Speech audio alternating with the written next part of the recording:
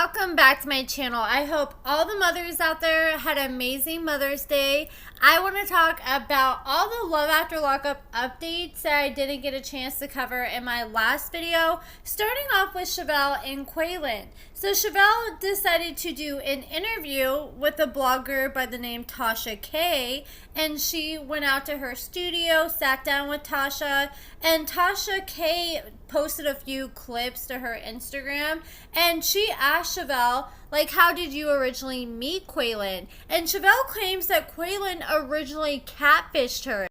This tea is definitely new to me, but according to Shavel, she claims that she was writing Quaylon, and at first he sent her pictures of another dude, and that's the dude that she had a picture of in her head, and then she found out when she met Quaylon that that was not who the dude in the pictures was. So she got catfished by him, and she claims that Quaylon is not her type, and if she knew what Quaylon looked like from the jump, then she probably wouldn't even be with him. But she was already so emotionally invested at that point that she decided to still give him a chance. And she also was asked about, do you think Quaylon is gay? Because what his prison lover came out and said and claimed that he hooked up with him in prison.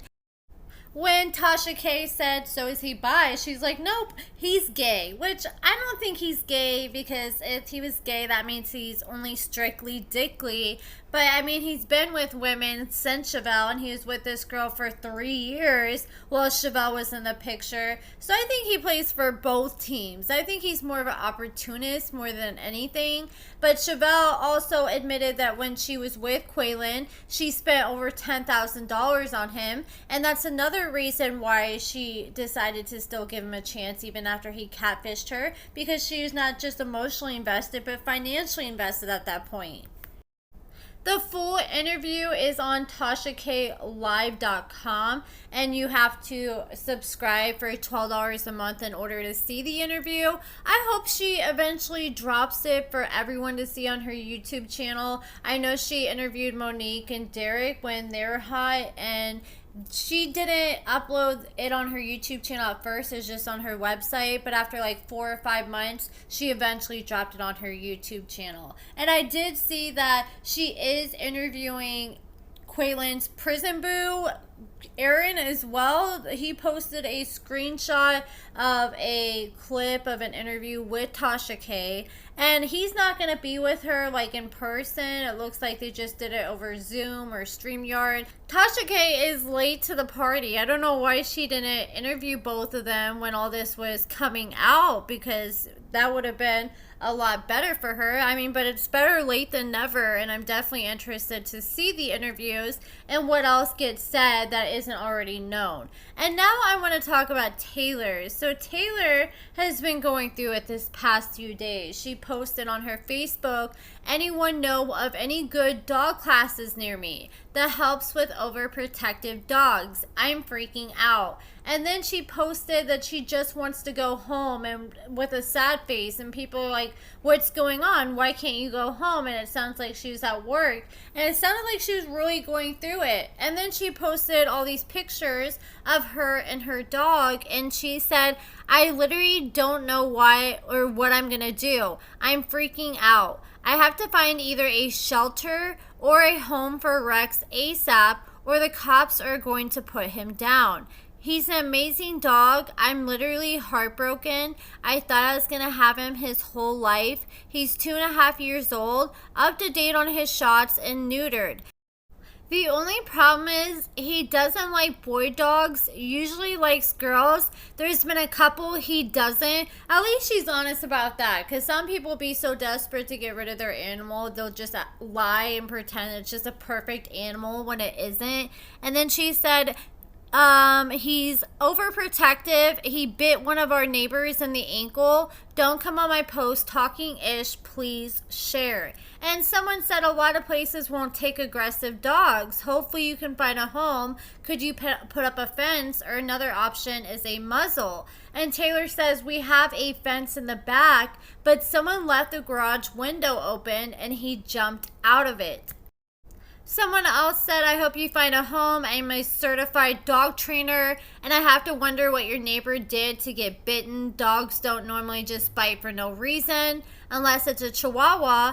And Taylor says he was walking into our yard to tell us that our dog got out. Why would you walk into a dog's yard that you don't know? And he had to have barked at him first. So I'm sure he warned him, and then he kept walking into our yard. Why would you do that? I have no idea. Shaking my head.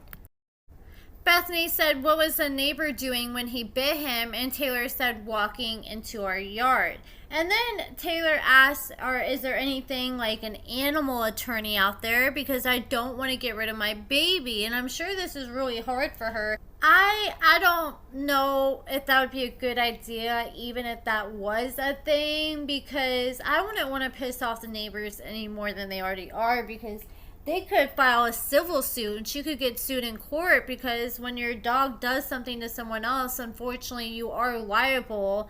But I do question with the neighbor being in her yard, but according to the neighbors, this has been an ongoing problem. So this one girl said, that's funny because your dogs has come after our daughter, and your dog bit my husband for no reason. He was coming over to let you know that they're out yet again and came up behind him. So the dogs were loose, running wild, and it sounded like Taylor was at work when this happened, and she said it got out the window in the garage. I'm assuming one of Taylor's kids probably accidentally let it out. But from what the alleged neighbors are saying, it sounds like this has been an ongoing problem. And another neighbor said, I'm honestly appalled that she's trying to justify this by saying the dog has a good judge of character. I would inform the law that she's posting online about training classes when they clearly stated the dog has got to go. And someone else says, I have contacted you before about your dogs getting out. And the officer told all the neighbors you had 12 hours. I know that's devastating news to you, but the safety of your neighbors should be important also, not telling your neighbors off. And to the person about keeping her business off Facebook, Love After Lockup is a national TV show where all her personal information goes. And someone else is like, look, just let him foster him for the time being and get him back.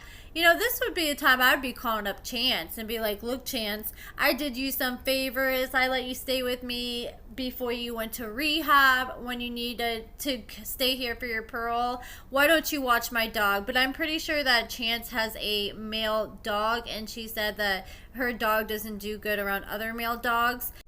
This was almost the exact same thing that happened with Bobby's dog when Bobby went to Taylor's house and left her dog there for well over a year. I think it was going on years by the time the dog finally had to go. But the dog kept getting out and getting loose and running the neighborhood wild. And finally, it got the animal control and cops called enough that finally they said, okay, this dog has got to go or it's going to go to the pound and get put down. And that's when Bobby said that she had to move out of the place she was staying with Scott and stay in a hotel because they had to take the dog back and the place they were staying didn't allow pets.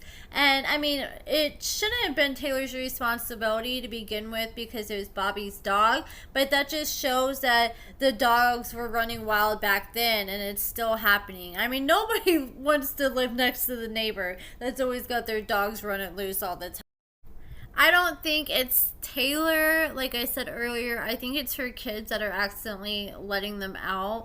And this was the same thing that Chance and Alyssa were doing with their dogs, allegedly. When I heard from the source that was a neighbor that lived next to Chance and Alyssa when they ended up leaving a few of the animals behind. But they claimed that the animal control and the cops were constantly coming out multiple times each week because the dogs were just running wild in the neighborhood all day long, and people were like, who do these dogs belong to? And they would call animal control. They would have to take the animals back.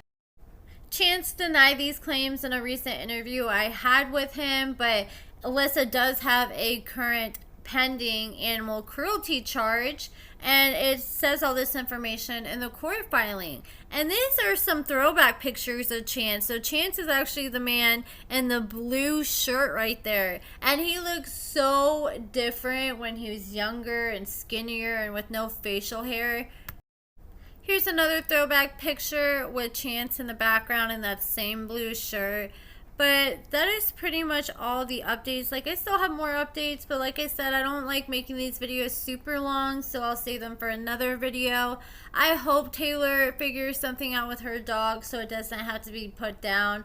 I can't imagine how hard that has to be to go through, but she hasn't shared any updates on social media, and she ended up deleting a lot of her posts trying to ask people for a place to take her dog. But she did have a few people that were in the comments saying, hey, me and my wife will love to take him, and she said that she was going to DM him. So hopefully she figured something out. But that is it for this video, guys. Let me know what you guys think about everything in the comments below. Check out my lashes and cosmetics at AccordingtoAmber.com. Give this video a thumbs up, subscribe, and thank you so much for watching.